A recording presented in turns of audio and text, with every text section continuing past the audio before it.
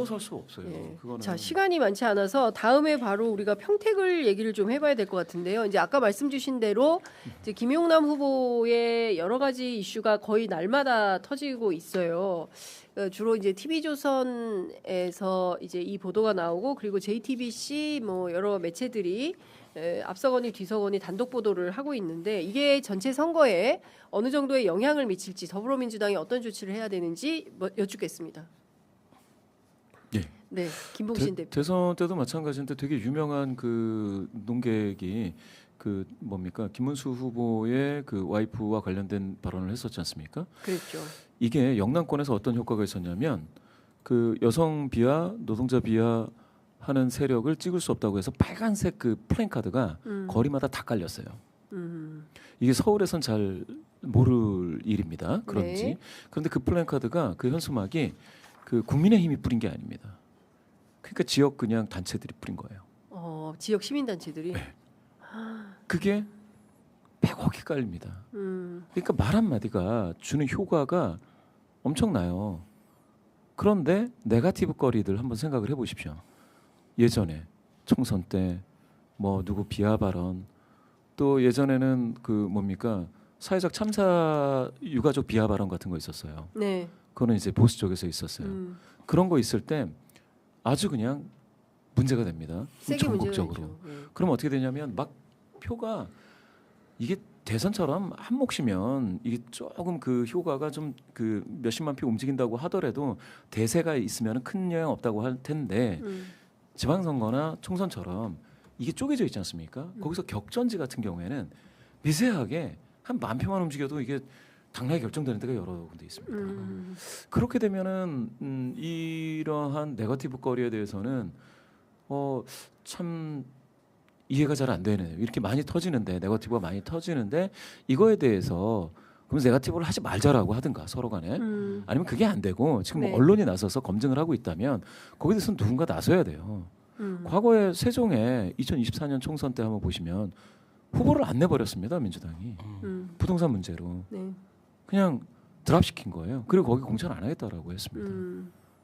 그런 사례들도 있고 하는 것을 보면 저는 지금 아까 말씀드렸지만 민주당 관련해서 최근에 너무 미담 같은 게 좀 나올 수 있을 법한 시기인데도 예. 그렇지 않고 오로지 네거티브에 잘 쓰일 수 있는 이게 요새 같은 경우 아까 우리 김현성 평론가님 잘 말씀 주셨는데 요새 같은 경우에는 어디 강원도에 있는 일도 뭐 영남, 호남, 뭐 서울 다 영향 미칠 수 있을 정도로 전국이 하나죠. 그건 저는 이거는 좀 빨리 좀 네. 문제가 해결이 되기를 바랍니다. 네. 뭐 혹시 더 보탤 말씀 있으세요? 그러니까 이게 그 개인의 그 내용으로 보면 대통령께서 이제 상록수 채권 뭐 이렇게 얘기하시고 네. 김홍범 실장도 포용금융이니 생산금융이니 정부 이제 상당히 중요한 네. 게 자리 잡은 거잖아요. 네네. 그러니까 이런 어떤 서민들과 네. 민생 이슈 예. 이게 포함되는데 네. 이게 이제 역대로 없었던 새로운 유형의 네. 일종의 그 이슈거든요. 네. 그러다 보니까 또 관심을 갖는데 이걸 대응을 조금 피하는 대응으로 최근에 어젠가요? 후보가 이제 가족사 얘기하면서 이제 더 묻지 마라 막 이런 식의 대응이거든요. 네네. 비밀이 있다. 우리 가족 안에 비밀이 있고 어떻게 보면 참 개인적인 문제이기 때문에 더 안 갔으면 좋겠다. 막 이런 식의 대응을 하셨는데 저는 이 정도로 끝날 문제는 아닌 것 같아요. 지금 이 상황의 이 전개가. 네네. 그래서 여기에 언급됐던 그러니까 전 보좌관이라고 했던 그분도 나와서 네. 분명하게 입장을 정리를 밝히고. 해야 되고 예. 왜냐하면 본인이 대표였으면 예. 내가 대표로서 어떤 결정을 했고 내가 대표로서 이게 김용남 후보가 예. 어떻게 이 예. 이익을 가져갔는지 안 가져갔는지를 정리를 해줘야 될 거 아니에요. 음. 근데 지금 보면 계속해서 입장문은 계속 내고 있습니다. 내는데 김용남 그 캠프에서. 입장문이 사과를 부르는. 그런 거다. 그러니까 사과를 부르고 이 진실 공방이 더 진실을 묻게 하는 예. 지금 국면이 돼버렸어요. 그래서 한 번에 이렇게 정리를 해주는 이런 이해관계자들 사이에서 문제를 네네. 이렇게 해줘야 되는데 해명을 하면 할수록 늪에 빠지는 느낌이 좀 있어요. 네. 자, 그 55분 지나고 있어서 이것 좀 여쭤보도록 하겠습니다. 서울은 어떻게 됩니까? 서울은 그러니까 오세훈 후보가 서울 부산 얘기를 좀 집중적으로. 예, 뭐 이기고 있다, 크게 이겼다, 뭐 5,000위를 넘어섰다 이런 이야기들은 제가 이제 접하지 못했습니다. 아, 그래요? 저희는 이제 정치권에서 수많은 이야기들을 뭐 내부에서 돌리고 있으니까 이제 철근 누락 사건으로 오세훈 후보는 끝났다 이런 얘기가 민주당 주변에서는 들렸는데 사실이 그렇지가 않습니까? 그러니까 이제 지금 제가 말씀드리는 거는 지금까지 오세훈 후보가 그래도 한 번이라도 이기는 결과가 나왔을 때가 언제냐면 1월 달이에요. 작년 말 그러니까 1월 신년조사 때쯤은 그나마 그것도 이긴다고 할 수 없겠네요. 오차범위 내에서 전화 면접에서 좀 팽팽했다 이렇게 봐야 되는데 네. 최근까지 들어오면서는 2월 지나면서는 오세훈 후보가 좀 많이 안 좋아졌고요. 그다음에 많이 따라왔다. 네. 그래서 이제 거의 따라왔다. 오차범위 내로 좁혀든 결과도 나왔다까지입니다. 지금. 네. 그러면은 이게 한번 골든 크로스를 거머쥐어야죠. 예. 오세훈 후보가. 그러면은 오세훈 후보도 해볼만 하겠구나라고 하는데 아직은 거기까지 못 되기 때문에 네. 그러면은 경합이다. 경합이다. 그런 정도로만 지금은 좀 봐야 될 것 같고요. 그래서 경합인데 그러면은 정원호 후보를 앞설 것이냐? 잘 모르겠어요. 잘 모르겠는데 지금만 딱 놓고 본다면 방금 말씀 주신 것처럼 한참 오세훈 후보가 추격을 하다가 철근에 발목이 잡혔습니다.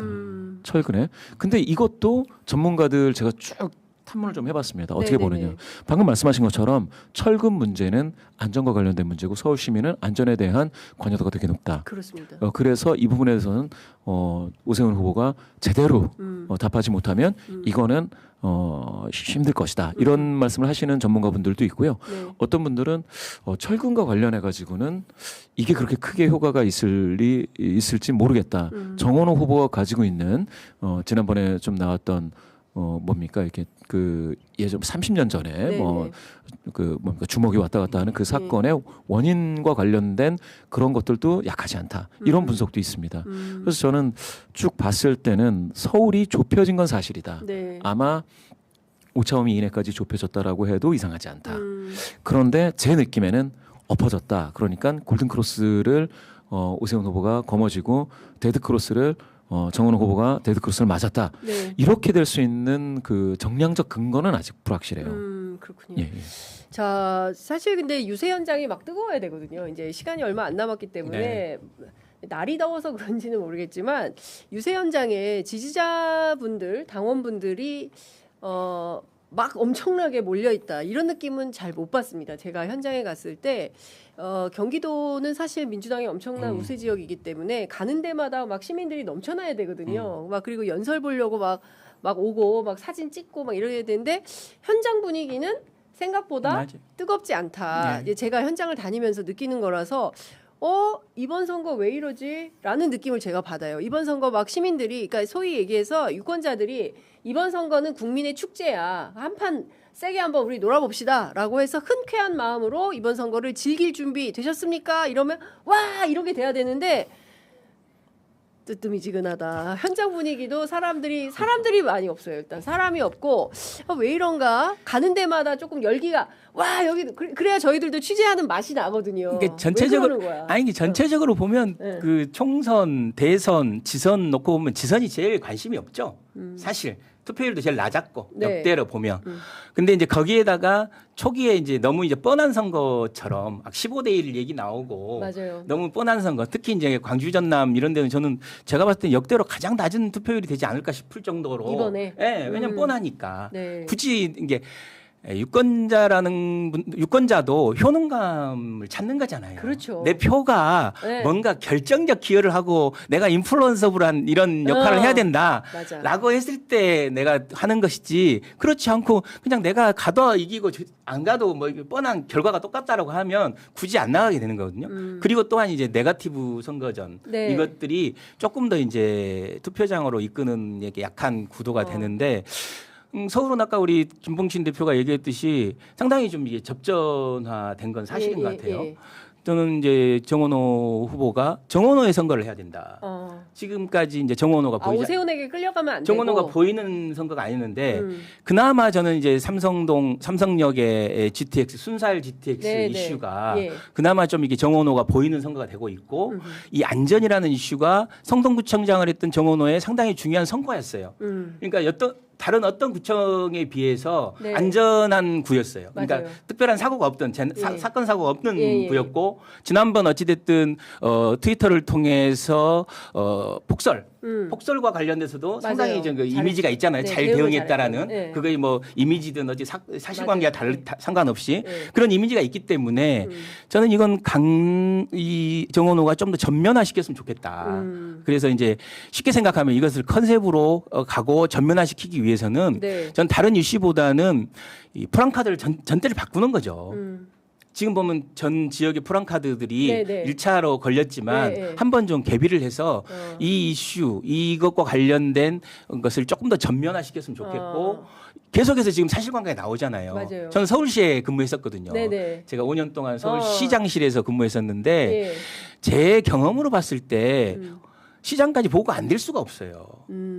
매일 점검을 하거든요. 네. 부시장 오세훈 시장은 보고를 반드시 받았다. 그렇죠. 모를 리가 없다. 모를 리가 없죠. 네. 왜냐하면 매일 아침 상황회의를 해요. 매일 아침 부시장 주제로 상황회의를 하고 네. 그 내용이 예. 시장한테 보고가 되거든요. 근데 이제 설령 보고를 안 받더라도 예. 지금 이 상황이 벌어졌을 때 예. 오세훈 시장이 뭘 했습니까? 저 같으면 당장 갔어야 돼요. 바로 갔어야죠. 바로 갔어야죠. 예. 바로 가서 상황을 점검하고 거기서 메시지를 냈었어야죠. 예. 나는 이런 상황이었고 예. 근데 지금이라도 사건이 이러니 우리 함께 대응합시다. 네. 라고 해서 문제를 풀려고 해야 되지. 아직 사고도 안 나는데 무슨 이렇게 호들갑이냐. 이게 딱 그거예요. 네. 음주운전자가 예. 사고도 안 났는데 왜 나를 음주운전이라고 단속해? 이거하고 똑같은 거잖아요. 그렇지 않아요? 이게 보수의 약간 대응이라니까요. 지난번에 청와대에 근무했던 그 통합실에 근무했던 비서관 하나가 실제 그런 발언을 했다는 거잖아요. 음주운전 단속 문제가 있다. 사고도 안 났는데 무슨 음주운전 단속이냐. 이런 얘기를 했다 해서 그것도 상당히 큰 문제가 됐었어요. 근데 이거 똑같아요. 그럼 음주운전 단속을 할 필요가 없죠. 사고 난 경우에만 단속하고 음주운전 단속을 해야 되겠네. 되죠. 음주로 가중처벌하고 예. 이렇게 돼야 되는데 우리가 음주운전 단속을 하는 이유가 있잖아요. 그렇죠. 유명한 말이 있어요. 안전에 있어서 1% 가능성은 100%다. 맞습니다. 이런 굉장히 유명한 말이 있고 어찌됐든 안전과 관련돼서는 타협하면 안 된다라는 생각이 듭니다. 알겠습니다. 많이 궁금해하는 데가 그래서 부산과 대구는 어떻게 될 거냐. 이제 부산의 전재수 그다음에 이제 하정우 어떻게 될 거냐. 이제 두 선거가 굉장히 궁금하고 대구의 김부겸 같은 경우에는 CBS가 KSY하고 조사에서 잠깐만요. 아닙니다. 뉴스핌이네요. 뉴스핌 의뢰로 리얼미터가 22일에서 23일 대구시 803명 대상으로 조사한 결과 김부겸 43, 추경호 48 이렇게 나왔습니다. 그러니까 지금 최근부터는 김부겸 후보가 뒤지는 조사가 나오기 시작했어요. 어떻게 보십니까? 그렇죠. 이제 KBS가 한국리서치 의뢰에서 5월 16일, 20일 이후 조사할 때 네. 전화 면접입니다. 가상번호로 활용한 전화 면접인데 오늘 소개해드릴 모든 여론조사는 중앙선거여론조사심의위원회 홈페이지를 참조하시면 되겠고요. 이때 그러니까 KBS 한국리서치에는 김부겸 40에 추경호 39였습니다. 추경호 39. 요 조사만을 딱 놓고 보면 추경호가 아직 40을 못 넘었다가 되는 거예요. 네. 그런데 ARS 조사에서 뉴스핌 의뢰로 리얼미터 그래서 리얼미터 조사가 깜짝 놀랄 정도로 이제 보수가 많이 이제 잡히는 것 같아요. 그래서 김부겸 43에 추경호 48이니까 5% 포인트 격차지 않습니까? 네. 물론 5% 포인트 격차면 요 경우에는 이제 ARS 방식이고요. 22, 23 조사니까 그 후죠. 그 네. 후인데 여기서도 7을 넘겨야 되는데 못 넘겼으니까 오차범위 이내라고는 하지만 오차범위 이내에서 격차로 따지면 5% 포인트는 많은 분들이 추경호가 그 전 한국 리서치 조사 전화 면접 39에서 48이니까 거의 9% 포인트가 이제 확 뛴 것처럼 느껴지죠. 이렇게 되면 결집도가 아까 제가 말씀드렸는데 이게 그 결집이 일어나는 게 한 번 이렇게 확 올라올 때가 보수가 이때 경선 끝나고입니다. 후보가 결정이 되니까 네. 인물에 집중을 할 수가 있겠고요. 대구 같은 경우 이진숙이 이제 다른 길을 가니까 이게 가르마가 다 잘 타졌구나. 그러면은 이제 불협화음이 없네. 그럼 한쪽으로 보자라고 해서 추경으로 볼 수 있으니까 이게 한 30% 초반 중반까지 뛴 거예요. 근데 지금 보시면 40% 중후반까지 뛴다. 그러면 이거는 그 제 2차 웨이브죠. 2차 보수의 결집 웨이브가 발생했느냐 아니냐. 요건데 전화 면접만으로 보면은 그런 조짐이 뚜렷하지는 않았습니다. 즉 보수의 결집이 가속화되거나 한 번 더 튀어오르거나 이게 없었어요. 그러면은 한번 그 30% 초중반 내지는 후반까지 요 사이는 뭘 의미하느냐면 후보가 결정이 돼서 완벽하게 국민의힘을 지지할 수 있는 분들이 한 30% 중반에서 플러스 마이너스 얼마간 요 지지도 밴드를 구성하겠구나라는 거거든요. 그런데 ARS에서 48까지 뛴다. 그런데 이것도 리얼미터다. 네. 잘 생각해 보셔야 돼요. 예, 뭐냐? 제가 아까도 네. 말씀드렸는데 뭐냐? ARS 조사 기관들 중에 일부는 진보 가령 유권자들이 답변을 안 하는 겁니까? 그렇죠. 아주 잘 정확하게 보셨습니다. 네. 뭐냐면 리얼미터라든지 몇 개의 기관 같은 경우에는 과거에 그 경선 기관들이 있지 않습니까? 뭐 대선이라든지 아니면 총선 뭐 올해가 아니더라도 그 전에 그러면은 이 조사 기관에서 전화 오면 받아야 된다라고 그 뭡니까 그 진영 그 민주당 네. 지지하시는 분들한테 네, 돌아요. 예, 그렇게 될 정도로 그 리얼미터가 이제 유명한 회사였죠. 네. 또 지금도 유명하고 예. 정례 조사를 하기 때문에 예. 관여도가 높은 사람들이 많이 붙습니다. 그러니까 리얼미터나 여론조사 꽃 이런 데는 그렇죠. 여론조사 꽃은 또 진보 굉장히 독특하고요. 더 독특하고 거기는 경선조사 같은 거를 하지 않지만 여기는 하우스 이펙트가 강한 거고요. 예. 리얼미터는 유명세가 있고 그러니까 예. 여기서도 일종의 하우스 이펙트라고 할 수 있겠지만 그렇지만 이제 정례적으로 계속 발표하니까 고관여되어 있는 분들이 확 달라붙는데 예. 지금 그러면 43대 48이 나왔다는 거. 예. 이거는 민주당 지지하시는 분들이 답변을 안 하고 있다. 응답을 지금 살짝 빠져 있다라는 거예요. 아. 관망 쪽으로 빠진다는 얘기입니다. 예. 그러면 아까 말씀드렸다시피 전국적으로 벌어지는 더불어민주당과 관련된 내용 네. 이런 걸 지금 보셔야 된다는 거예요. 그러면은 민주당을 지지하시는 분들의 가치관이라든지 네. 평소에 주장하는 거라든지 예. 이런 거에 맞지 않는 소식들이 계속 나오게 되면 이분들은 여론조사에 응답할 적극성을 잃어버려요. 그런데 이게 최근까지는 뭐냐면 예. 적극 투표 의향자 중에서는 민주당 후보를 지지하시는 분들이 상대적으로 약간 더 많은 것 같았어요. 적극 투표, 그러니까 네네. 적극 투표 의향자들만 투표장에 나오면 그러면 민주당 후보가 좀 더 괜찮을 수도 있겠네라는 생각이 들었는데 예. 지금과 같은 ARS의 응답 패턴이 계속해서 유지된다. 예. 지금 한 열흘도 안 남았죠. 아니 8일 남았죠. 예, 8일 남았죠. 사실상 이제 한 오늘 일주일 지났다 남았죠. 일주일 남은 거죠. 일주일 남은 상태에서 예. 계속해서 이런 정도의 응답 패턴이 유지가 된다. 네. 이게 바로 투표의 적극성으로 그대로 반영이 된다. 예. 이러면은 지금 우리가 봤던 거하고 다른 결과가 나올 수도 있다라는 겁니다. 그러니까 그 근거 그게 왜 어디에서 비롯됐는지를 봐야 돼요. 지금 어느 한 지역구에서의 어떤 그 문제 아까 네. 말씀 주셨던 그 어떤 특정 어떤 한 후보의 그 문제 때문에 네거티브. 그러냐? 그게 아니면 선거 상황 전반을 제대로 관리하지 그렇죠. 못한 데서 뭐냐? 파생된 어떤 문제냐? 거냐? 그렇죠. 예를테면 전북지사 문제의 그렇죠. 이게 경선 불협화음의 문제, 뭐 이런 등등의 것들이 많이 나오고 뭐 말실수, 뭐 오빠 발언 어쩌고 뭐 이런 그렇죠. 얼차려 뭐 이런 것들이 다 아까 종합돼서 나오는 현상이냐? 맞습니다. 그 첫 번째 확 보수가 결집했을 때 그게 그 문제였었어요. 공소 뭐 취소 특검이라든지 오빠 발언이라든지 이런 것들이 계속 있었거든요. 네. 근데 지금은 또 다른 게 누적되고 있다라는 겁니다. 그렇게 되면 사실 그러면은 이 선거를 규정하는 프레임은 내란 프레임이었었어요. 내란이에요, 내란. 네, 내란 프레임이었는데 청산입니다. 내란 그러면 청산. 프레임 전환이 이루어진 거냐? 프레임 전환이 이루어졌다라고 생각하면은 그러면 새로운 선거입니다. 지금부터는. 지금 남은 8일은 새로운 선거가 새로운 돼버리는 선거가 거예요. 되는 거예요. 네. 그러면은 투표 의향에 그 투표 적극성에 엄청나게 큰 충격을 줘요. 네.